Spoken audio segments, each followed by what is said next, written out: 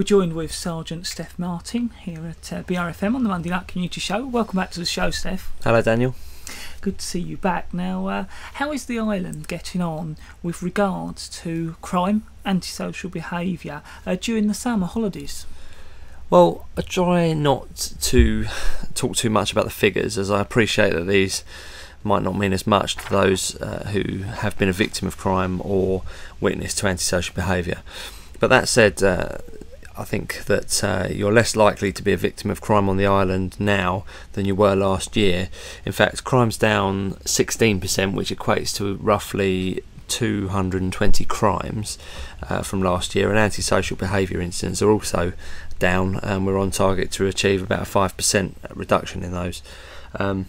This is partly due to some of the initiatives that we've introduced. One in particular went live in August, and that's Gold Safe. One of my town centre constables, PC Bill Hardiman, put this into practice, and it reduces the outlets for stolen jewellery.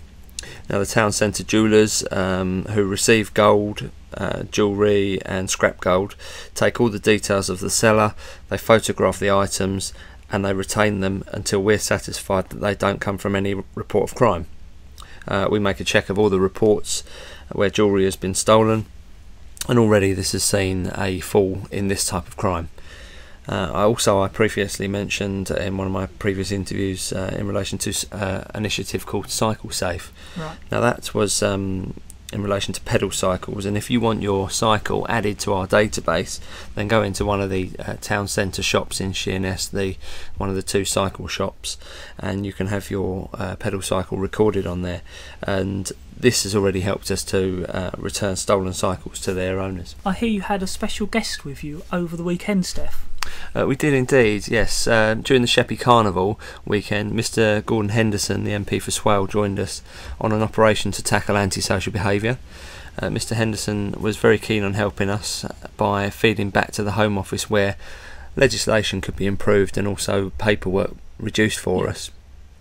The operation itself involved the licensing officer, the neighbourhood police, some of the special constables, and also Swale Borough Council wardens. And some of the results we achieved were 3 warnings to moped riders who were causing a nuisance.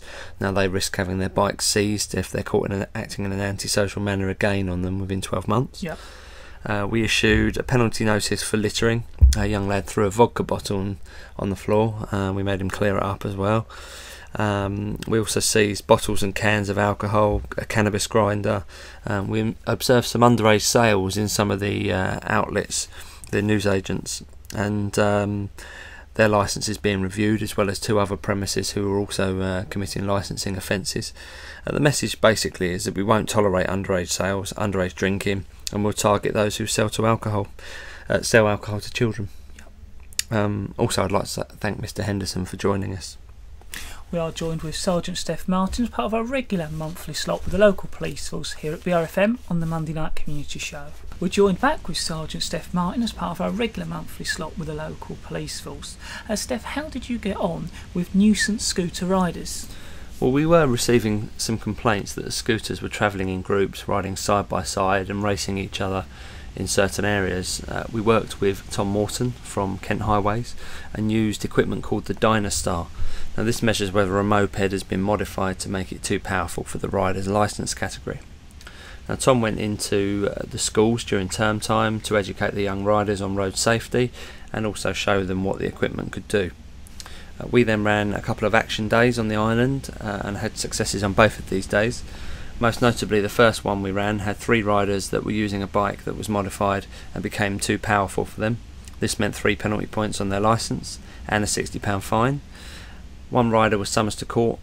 He had no insurance.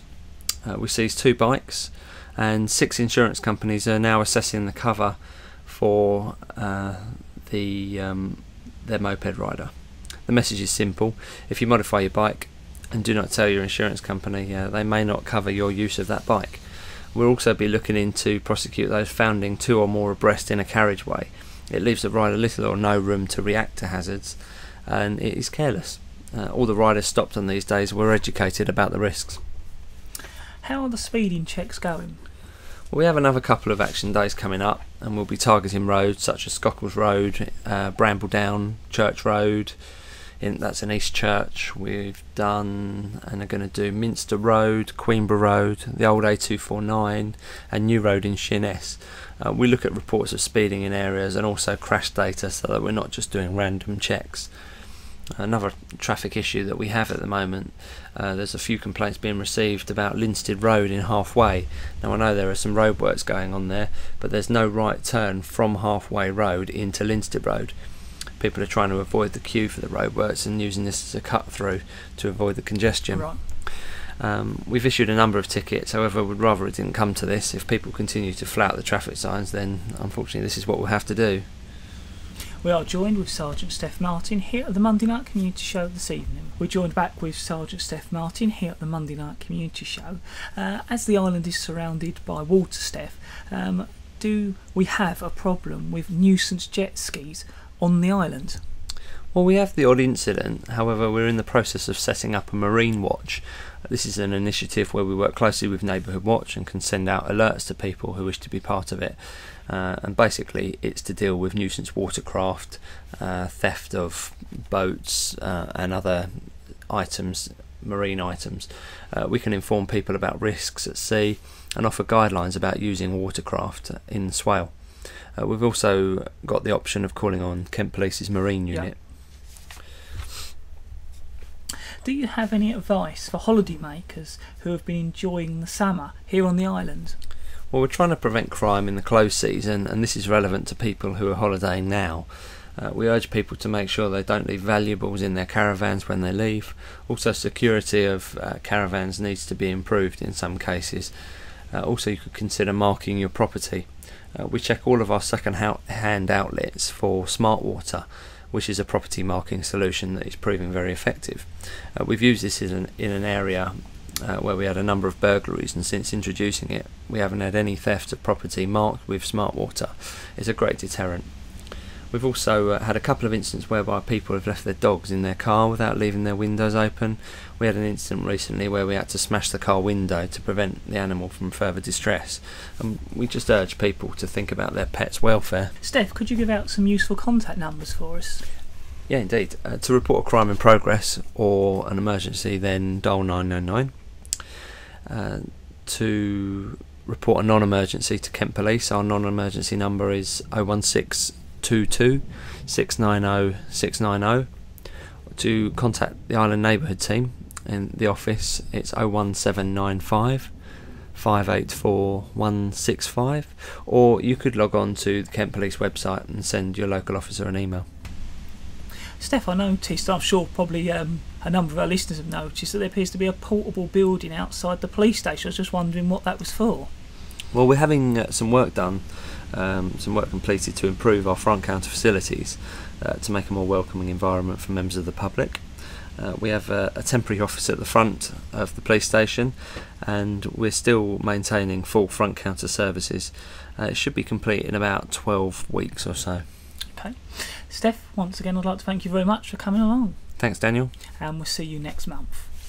That's Steph Martin from the Island Neighbourhood Policing Team here at BRFM on the Monday Night Community Show.